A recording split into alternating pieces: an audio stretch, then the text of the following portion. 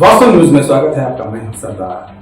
KSRTC जिला DC Narayanappa कुरबोर आज लोगों के लिए इतनी राहत की जो दी है, आखिर ये ऐसा कभी अधिकारियों ने कभी की नहीं है। आज उन्हें कर कर बताया है, ताकि वो है ऐसे गर्मी के मौसम में बहुत सारे लोग जब सफर में आ जाते हैं तो बसों में ना फैन होता है ना एसी होता है, मगर ऐसे में नारायणप्पा कुरबोर उन्होंने एक ऐसा काम किया है जो लोगों के लिए हर बस स्टैंड में सिंदगी, इंडी, देवरीपरगी, तिकोटा, इस विजयपुर जिला में जहां तक भी बस स्टैंड है वहां पर राहत के लिए, हवा के लिए उन्होंने बड़े बड़े फैन बिठाकर लोगों का दिल जीत लिया है। मगर अब तक कोई भी अधिकारी ना अब तक ना सोचा है और ना जनता के लिए ना समझा है। यहाँ तक कि जो भी क्षेत्र के एमएलए है शायद उन्होंने भी नहीं सोचा होगा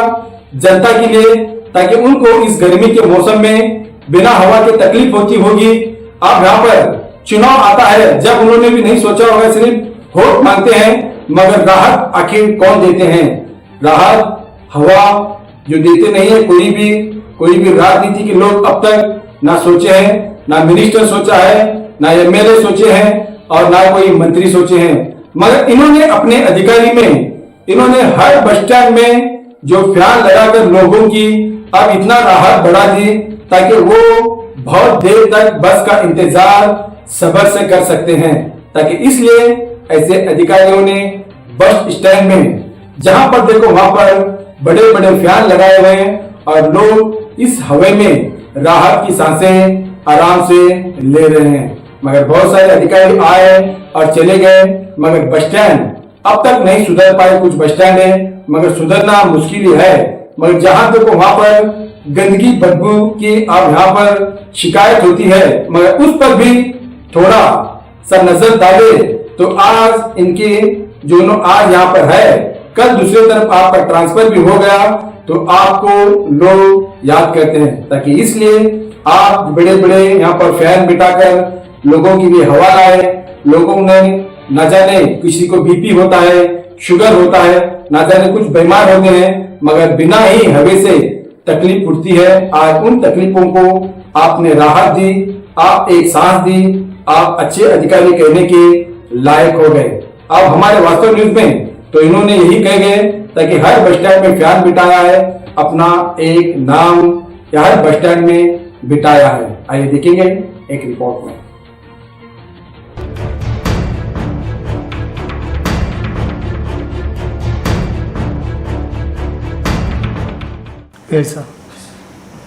ಕಲ್ಯಾಣ ಕರ್ನಾಟಕ ರಸ್ತೆ ಸಾರಿಗೆ ನಿಗಮದಲ್ಲಿ ಬಿಜಾಪುರ ವಿಭಾಗ ಅತಿ ದೊಡ್ಡ ವಿಭಾಗ ಮತ್ತು ಇಲ್ಲಿರ್ತಕ್ಕಂಥ ವಾಹನಗಳ ಸಾಮರ್ಥ್ಯನೂ ಅಷ್ಟೇ. ಇಲ್ಲಿ 800 ವಾಹನಗಳಿಂದ ನಾವು 753 ಮಾರ್ಗಗಳಲ್ಲಿ ಗಾಡಿ ಓಡಿಸ್ತಾ ಇರ್ತೀವಿ.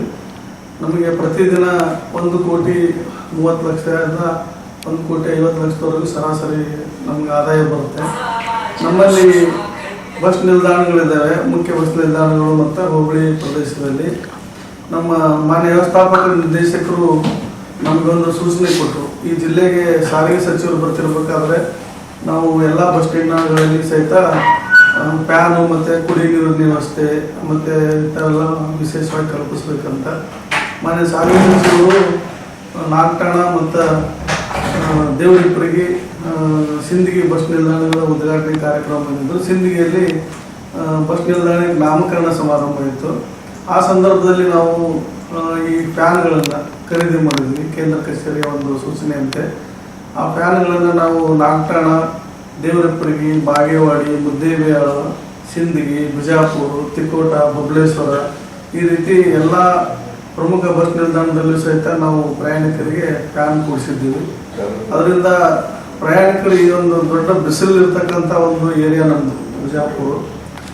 ಸಾಮಾನ್ಯವಾಗಿ ಗ್ರಾಮೀಣ ಪ್ರದೇಶದಿಂದ ಬರ್ತಕ್ಕಂಥ ಜನ, ಮಹಿಳೆಯರು ಅವರೆಲ್ಲರೂ ಬಜಾರ್ದಲ್ಲಿ ತಮ್ಮದೇನಾದರೂ ಕೆಲಸ ಮುಗಿಸ್ಕೊಂಡು ಆ ಬಿಸಿಲಿನಲ್ಲಿ ಬಂದು ಬಸ್ ಸ್ಟ್ಯಾಂಡ್ನಲ್ಲಿ ಬಸ್ಸಿಗೆ ಹಾಕಿ ಕೂಡ್ತಿರ್ತಾರೆ ಅವರು. ಅಂಥ ಸಂದರ್ಭದಲ್ಲಿ ಅವರಿಗೆ ಆ ಒಂದು ದಣು ಆರಿಸ್ಕೊಳ್ಳಿಕ್ಕೆ ಸಹಾಯ ಆಗಲಿ ಅಂತ ನಮ್ಮ ಮಾನ್ಯ ವ್ಯವಸ್ಥಾಪಕ ನಿರ್ದೇಶಕರ ಒಂದು ದೂರದೃಷ್ಟಿಯ ಫಲವಾಗಿ ನಾವು ಫ್ಯಾನ್ಗಳನ್ನೆಲ್ಲ ಅಳವಡಿಸಿದ್ದೀವಿ. ಅದಕ್ಕೆ ಮುಖ್ಯ ಕಾರಣ ನಮ್ಮ ವ್ಯವಸ್ಥಾಪಕ ನಿರ್ದೇಶಕ. ನಾವು ಇದೇ ಜಿಲ್ಲೆಯವರಾಗಿರೋದ್ರಿಂದ ಅದು ಅತಿ ಹೆಚ್ಚು ಮುತುವರ್ಜಿ ವಹಿಸಿ ನಾವು ಅದೊಂದು ಅವಕಾಶ ನಾವು ಮಾಡಿಕೊಟ್ಟಿದ್ದೀವಿ. विजयपुर सर लगभग कितने फैन बिठाए गए? ಅದು ಟೋಟಲ್ ನಮ್ಮದು 60 ಫ್ಯಾನ್ ತರಿಸಿದ್ದೀವಿ. 60 ಫ್ಯಾನಲ್ಲಿ ನಾವು ಅಲ್ಲೇನು ಕಂಬ ಇದಾವಲ್ಲ, ಆ ಕಂಬಕ್ಕೆ ಅಪೋಸಿಟ್ ನಾವು ಹಾಕಿದ್ದೀವಿ. ಈಗಾಗಲೇ ಅಲ್ಲಿ ಒಂದು 20 ಫ್ಯಾನ್ ಹಾಕ್ತಾ ಇದ್ದೀವಿ. ಅದರಲ್ಲಿ ಕಡಿಮೆ ಇದ್ದು ಅಂದ್ರೆ ಇನ್ನೂ ಚೇಂಜ್ ಮಾಡ್ತೀವಿ. ಯಾಕಂದ್ರೆ ಅಲ್ಲಿ ನಾವು ನಿಮ್ಗೆ ಇನ್ನೂ ಒಂದು ವಿಶೇಷವಾಗಿ ಹೇಳ್ಬೇಕಂದ್ರೆ, ಆ ಫ್ಯಾನ್ ಕುಂದಿಸಿದ ಮೇಲೆ ನಾನು ಸಹಿತ ಸ್ವತಃ ನಾನು ಅಲ್ಲಿ ಕುರ್ಚಿ ಮೇಲೆ ಕೂತು ಆ ಗಾಳಿ ನಮಗೆ ಬಡಿತೈತಿಲ್ಲ ಅಂತ ನಾನು ನೋಡಿದ್ದೀನಿ. ಯಾಕಂದ್ರೆ ನಾವು ಅಲ್ಲಿ ಫ್ಯಾನ್ ಕುಡಿಸಿದ್ವಿ, ಜನರಿಗೆ ಕುತ್ಕೊಂಡಾಗ ಅದು ಅವ್ರಿಗೆ ಗಾಳಿ ಬಡಿಲಿಲ್ಲ ಅಂದ್ರೆ ಅದಾಗಲ್ಲ, ಅದು ಸಾರ್ಥಕ ಆಗಲ್ಲ. ಹಂಗಾಗಿ ನಾವು ಈಗ ಅಲ್ಲಿ ಫ್ಯಾನ್ಗಳು ನೀರು ಕುಡಿಸಿದೀವಲ್ಲ, ಕರೆಕ್ಟಾಗಿ ಗಾಳಿ ಬರ್ಬೇಕಂತ. ಅಲ್ಲಿ ಮತ್ತೇನಾದ್ರು ಅವಶ್ಯಕತೆ ಇತ್ತಂದ್ರೆ ಮತ್ತೆ ನಾವು ಒಂದಿಷ್ಟು ಫ್ಯಾನ್ಗಳು ಕೂಡಿಸ್ತೀವಿ. ಒಟ್ಟಲ್ಲೇ ಮೇನ್ ಉದ್ದೇಶ ಏನಂದ್ರೆ, ಇಂಥ ಒಂದು ಬಿಸಿಲು ಪ್ರದೇಶದಲ್ಲಿ ನಮ್ಮ ಕಲ್ಯಾಣ ಕರ್ನಾಟಕ ರಸ್ತೆ ಸಾರಿಗೆ ನಿಗಮದಿಂದ ಸ್ವಲ್ಪ ಆದರೂ ತಂಪನ್ನ ಒಂದು ಇದನ್ನು ಮಾಡಬೇಕು ಅನ್ನೋ ಉದ್ದೇಶದಿಂದ ಮಾಡಿದ್ವಿ. अभी फैन बिठाकर कितने दिन हो गए ऐसा, और हर दिन कितने घंटे तक ये फैन चालू रहेंगे? ಫ್ಯಾನ್ಗಳು ಅವು ಬೆಳಗ್ಗೆಯಿಂದ ರಾತ್ರಿವರೆಗೂ ಚಾಲು ಇರ್ತವೆ. ಅದು ಬಿಸಿಲಿದ್ದಾಗೆ ಅಂತೂ ಇರೋದಿಲ್ಲ, ಬೆಳಗ್ಗೆಯಿಂದ ಚಾಲು ಇರ್ತವೆ. मतलब ये सिर्फ समर सीजन में रहेंगे या साल में 12 महीने चाहे ऐसे ही चालू रहेंगे? ಮೇನು ಇದು ಅವ್ರಿಗೆ ಬಿಸಿಲು ಇರೋದ್ರಿಂದ ಹಾಕಿದ್ದು. ನಾಳೆ ಬೇರೆ ಟೈಮಲ್ಲೂ ಫ್ಯಾನ್ ಚಾಲು ಇರ್ತಾವೆ. ಅದೇ ನಾವು ಬರೀ ಬಿಸಿಲಿಗೆ ಅಷ್ಟೇ ಫ್ಯಾನ್ ಹಾಕ್ಬೇಕಂತಿಲ್ಲ, ಅಲ್ಲಿ ಫ್ಯಾನ್ಗಳು ಇರ್ತವೆ. ಅವಶ್ಯಕತೆ ಇದ್ದಾಗಲ್ಲ, ಜನರು ಬೇಕಂದಾಗೆಲ್ಲ ಫ್ಯಾನ್ ಚಾಲು ಮಾಡ್ತಾರೆ. ಅದೇ ಬಿಸಿಲಲ್ಲಿ ಮಾತ್ರ ನಾವು ಕಂಟಿನ್ಯೂಸ್ ಫ್ಯಾನ್ ಚಾಲು ಇರ್ತಾವೆ. ಅವು ಬೆಳಗ್ಗೆಯಿಂದ ರಾತ್ರಿವರೆಗೂ ಫ್ಯಾನ್ ಇರ್ತವೆ. ಜನ ಇಲ್ಲ ಅಂದ್ರೆ ಅವಾಗ ಬಂದ್ ಮಾಡ್ತಾರೆ ಫ್ಯಾನ್. ನನ್ನ ಹೆಸರು ನಾರಾಯಣಪ್ಪ ಕುರ್ಬರ್, ವಿಭಾಗೀಯ ನಿಯಂತ್ರಣಾಧಿಕಾರಿ, ವಿಜಯಪುರ. ಕರ್ನಾಟಕ ಫಸ್ಟ್ ಟೈಮ್ ಇಲ್ಲಿ ಬಿಜಾಪುರ್ನಾಗ ಆಗಿದ್ರೆ ಕರ್ನಾಟಕದಲ್ಲಿ ಫಸ್ಟ್ ಟೈಮ್ ಅಂತ ಹೇಳ್ಬೋದು. ಯಾಕಂದ್ರೆ ಈ ರೀತಿ ಫ್ಯಾನ್ಗಳನ್ನ ಫಸ್ಟ್ ಟೈಮ್ ನಾವು ಬಿಜಾಪುರ ಕುಂದಿಸಿದ್ದು. ಹೀಗಾಗಿ ಅದಕ್ಕೆಲ್ಲ ನಮ್ಮ ಕೇಂದ್ರ ಕಚೇರಿಯ ಒಂದು ಸೂಚನೆ ಮತ್ತು ನಮ್ಮ ಮುಡಿಯವರಾದಂಥ ಅಚ್ಚಪ್ಪ ಸಾಹೇಬರು ಭಾಳ ಮುತುವರ್ಜಿ ವಹಿಸ್ತಾರೆ. ನಮ್ಮ ಸಾಹೇಬರು ಬಸ್ ಸ್ಟ್ಯಾಂಡ್ ಕ್ಲೀನ್ ಇರಬೇಕು, ಆಮೇಲೆ ಕುಡಿಯೋ ನೀರಿನ ವ್ಯವಸ್ಥೆ ಇವೆಲ್ಲ. ನಾವು ಆರೋ ಪ್ಲಾಂಟ್ ಎಲ್ಲ ಕೂಡಿಸಿದ್ವಿ. ಆ ದೇವರಿಪುರಿ ಬಸ್ ಸ್ಟ್ಯಾಂಡಲ್ಲಿ ಆರೋ ಪ್ಲಾಂಟ್ ಇದೆ. ಇಲ್ಲಿಯೂ ಎರಡು ಆರೋ ಪ್ಲಾಂಟ್ ಶಾಂಕ್ಷನ್ ಆಗಿದೆ, ಅದನ್ನು ಕೂಡಿಸ್ತೀವಿ ಹಂತದಲ್ಲಿ. ಯಾಕಂದ್ರೆ ಜನ ಬಸ್ನಲ್ಲಿ ಬರೋರಿಗೆ ಒಂದು ಶುದ್ಧ ನೀರು ಕುಡಿಯುವಂತ ನೀರು ಕೊಡಬೇಕು ಅಂತ ಆ ಒಂದು ಉದ್ದೇಶದಿಂದ ನಾವು ಮಾಡ್ತೀವಿ. ಇದೆಲ್ಲರೂ ಪ್ರಯಾಣಿಕರಿಗೆ ಅನುಕೂಲ ಆಗಲಿ ಅಂತ ಮಾಡ್ತೀವಿ. अब जैसे ही गर्मी हर दिन बढ़ रही है, जब से आपने फैन बिठाए हैं तब से लोगों को उससे कुछ राहत मिल रही है या नहीं, सुकून लग रहा है? ನನಗೆ ಹಿಂದಿ ಅಷ್ಟು ನಾನು ಕನ್ನಡದಲ್ಲಿ ಕೇಳಿದ್ರೆ ಅದು ಚೆನ್ನಾಗಿದೆ. ಈ ಬಿಸಿಲು ಹೆಚ್ಚಾಗಿದ್ದಲ್ಲಿ ಪ್ರಯಾಣಿಕರಿಗೆ ಈ ಇದು ಒಳ್ಳೆ ಗಾಳಿ ಕೊಡ್ತಾ ಇದೆ. ಇದರಿಂದ ಮುಂದಿನ ಕಂಟಿನ್ಯೂಸ್ ಇರ್ತೀವಿ. ಫ್ಯಾನ್ ಕಂಟಿನ್ಯೂ ಇರುತ್ತೆ ಅದನ್ನ. ಯಾಕಂತಂದ್ರೆ ಆ ಪ್ರಯಾಣಿಕರ ಸುರಕ್ಷತೆಯನ್ನ ಬಹಳ ಮುಖ್ಯವಾಗಿ ನಾವು KSRTC ಇದನ್ನು ಮಾಡ್ತೀವಿ. ಯಾಕಂತಂದ್ರೆ ನಮ್ಮ ರಸ್ತೆ ಸಾರಿಗೆ ಒಂದು ಕಾನೂನಲ್ಲಿ ಇರೋದೇ ಅದೇ, ಅವರಿಗೆ ಸುರಕ್ಷಿತವಾದಂತಹ ಒಂದು ಪ್ರಯಾಣವನ್ನು ಕೊಡಬೇಕು ಕಡಿಮೆ ವೆಚ್ಚದಲ್ಲಿ. ಮತ್ತು ಅವರಿಗೆ ನಮ್ಮ ಬಗ್ಗೆ ಒಂದು ಗ್ಯಾರಂಟಿ, ನಮ್ಮ KSRTC ಬಸ್ಸಲ್ಲಿ ಹೋದ್ರೆ ನಾವು ಸುರಕ್ಷಿತವಾಗಿ ಹೋಗ್ತೀವಿ ಅನ್ನುವಂಥದ್ದು. ಅದಕ್ಕಂತಾನೆ ನಾವು ಅವ್ರಿಗೆ ಸುರಕ್ಷಿತವಾಗಿ ಇದನ್ನು ಮಾಡ್ತೇವೆ. ಸುರಕ್ಷತೆ ಕ್ರಮದಲ್ಲೇ ಇದೊಂದು ಫ್ಯಾನ್. ನಾವು ಈಗಾಗಲೇ ನಮ್ಮ ಬಸ್ಸಿನಲ್ಲಿ ಪ್ರಯಾಣ ಮಾಡಿ ಆಕಸ್ಮಿಕವಾಗಿ ಅಪಘಾತದಲ್ಲಿ ಮೃತಪಟ್ಟರೆ ನಾವು ಅವ್ರಿಗೆ 10 ಲಕ್ಷ ರೂಪಾಯಿಗಳನ್ನ ಇನ್ಶೂರೆನ್ಸ್ ಜೊತೆಗೆ ಇದನ್ನು ಕೊಡ್ತಿರ್ತೀವಿ. ಇವೆಲ್ಲ ನಮ್ಮ ಪ್ರಯಾಣಿಕರ ಒಂದು ಸುರಕ್ಷತೆ ಕ್ರಮವಾಗಿ ಮಾಡೋದು. ಅದೇ ಖಾಸಗಿ ಬಸ್ನಲ್ಲಿ ಹೋದ್ರೆ ಪ್ರಯಾಣಿಕರಿಗೆ ಏನಾರ ಆಗ್ತಂದ್ರೆ ಅವ್ರ ಬಗ್ಗೆ ಯಾರು ನೋಡೋದಿರೋದಿಲ್ಲ. ಅದೇ ರೀತಿ ಖಾಸಗಿ ಬಸ್ ನಿಲ್ದಾಣದಲ್ಲಿ ಅವ್ರ ಬಸ್ ನಿಲ್ದಾಣಗಳೇ ಇರೋದಿಲ್ಲ, ಆದರೂ ಸಹಿತ ಜನ ಅವರಲ್ಲಿ ಹೋಗ್ತಿರ್ತಾರೆ. ಅದು ನಮ್ಮ ಒಂದು ಭಾಗದ ಜನ ಅತಿ ಹೆಚ್ಚು ಕಾರ್ಮಿಕರು, ಬಡವರು ಇರೋರೆಲ್ಲರೂ ನಮ್ಮ ಬಸ್ಸಲ್ಲೇ ತಿರುಗಾಡೋದು. ನಮಗೆ ಗೊತ್ತಿರೋಂಗೆ ನಮ್ಮಲ್ಲಿ ಒಂದು ಭಾಳ ಅಂತ ಒಂದು ಒಳ್ಳೆಯ ಬಸ್ಸು ಕಲ್ಯಾಣ ವೃತ್ತ ಅಂತ ನಾವು ಇಲ್ಲಿಂದ ಒಂದು ಬಸ್ ಓಡಿಸ್ತಾ ಇರ್ತೀವಿ ಬೆಂಗಳೂರಿಗೆ. ಅದು ಪ್ರತಿನಿತ್ಯ ರಾತ್ರಿ ಇಲ್ಲಿಂದ 10 ಗಂಟೆಗೆ 9:45 ಬಿಟ್ಟರೆ ಬೆಂಗಳೂರಿಂದ 10 ಗಂಟೆಗೆ ಬರುತ್ತೆ.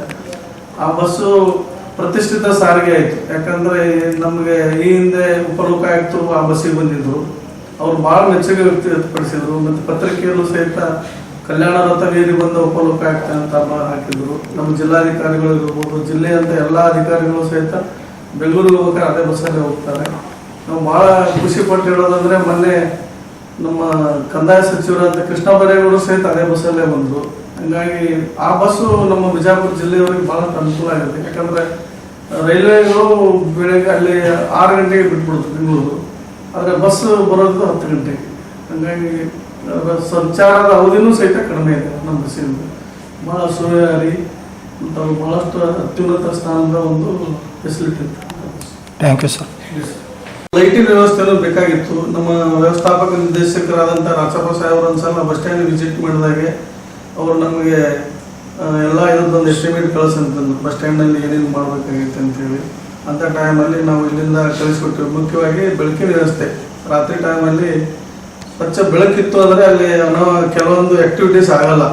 ಆ ಉದ್ದೇಶದಿಂದ ನಾವು ಹೈಮಾಸ್ಕ್ ಲೈಟ್ ಹಾಕ್ಸಿದ್ವಿ ಅಲ್ಲಿ ಬಸ್ಸಲ್ಲಿ, ಇದು ಡಿಪೋ ಬಸ್ ಸ್ಟ್ಯಾಂಡ್ನಲ್ಲಿ.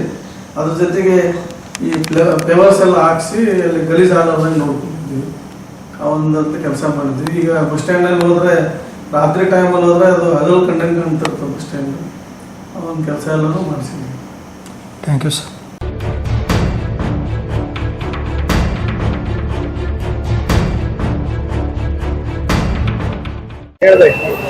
ಇದು ಫ್ಯಾನ್ ಕಂಡೀಷನ್ ಭಾಳ ಚಲೋ ಮಾಡ್ಯಾರ ನಮ್ಮ ಬಿಜಾಪುರ ಬಸ್ ಸ್ಟ್ಯಾಂಡ್ದಾಗ. ಬಿಜಾಪುರ ಅಂದ್ರೆ ಬಿಸಿಲಾಡ ಅಂದ್ರೆ ಬಿಜಾಪುರ ಆಗೈತ್ರಿ.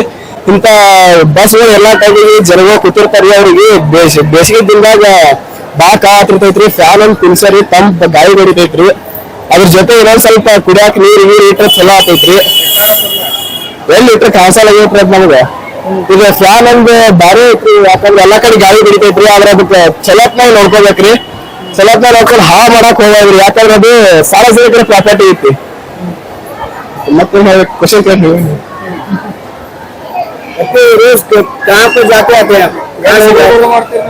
ನಾವು ನಮ್ ದೂರ ಇಂಚಿಗೇರಿ, ಬಿಜಾಪುರ ಇಂಚಿಗೇರಿ 35 ಕಿಲೋಮೀಟರ್ ಆಗ್ತೈತ್ರಿ. ಫ್ಯಾನ್ ಇಲ್ಲಾಗ ಬಾಳ ಕಾವ್ ಆತೈತ್ರಿ. ಕಾವ್ರಿ ನಮ್ಮ ಮೈ ತೊಯ್ದ ಹೋಗ್ತಿತ್ರಿ. ಇಲ್ಲಿ ಈ ಫ್ಯಾನ್ ಕಂಡೀಷನ್ ಚಲೋ ಮಾಡ್ಯಾರ ನೋಡ್ರಿ ಬಿಜಾಪುರ ಬಸ್ ಸ್ಟ್ಯಾಂಡ್. ಇಲ್ಲಿ ಇರೋ ಎಮ್ಮೆಲ್ಲ ಕ್ರೆಡಿಟ್ ಕೊಡ್ಬೇಕ್ರಿ. ಅದ ಬಸವನಗೌಡ ಪಾಟೀಲ್ ಅಟ್ಟಾಡವ್ರಿಗೆ ಇಲ್ಲಿ ಟೈಮ್ ವಾಚ್ ಅಲ್ಲಿ ಕುಂಡಿಸ್ಬೇಕ್ರಿ. ಯಾಕಂದ್ರೆ ಕ್ಲೀನ್ ಐತ್ರಿ. ಅದಕ್ಕ ಬಿಜಾಪುರ ನಮ್ಮ ಸೆಕೆಂಡ್ ಒನ್ ಐತ್ರಿ ಇಂತ ಶುದ್ಧ ಗಾಳಿ ಇರಾಗ. ಇವೆಲ್ಲ ಬಸವನಗೌಡ ಪಾಟೀಲ್ ಅಟ್ಟಾಡವ್ರಿಗೆ ಕ್ರೆಡಿಟ್ ಕೊಡ್ಬೇಕ್ರಿ. ನಮ್ಮ ಹೆಸರು ಅಮೋಲ್ ಸಾಪಿನವ್ರು. ಊರು ಇಂಚಿಗೇರಿ, BSNS ಸ್ಟೂಡೆಂಟ್.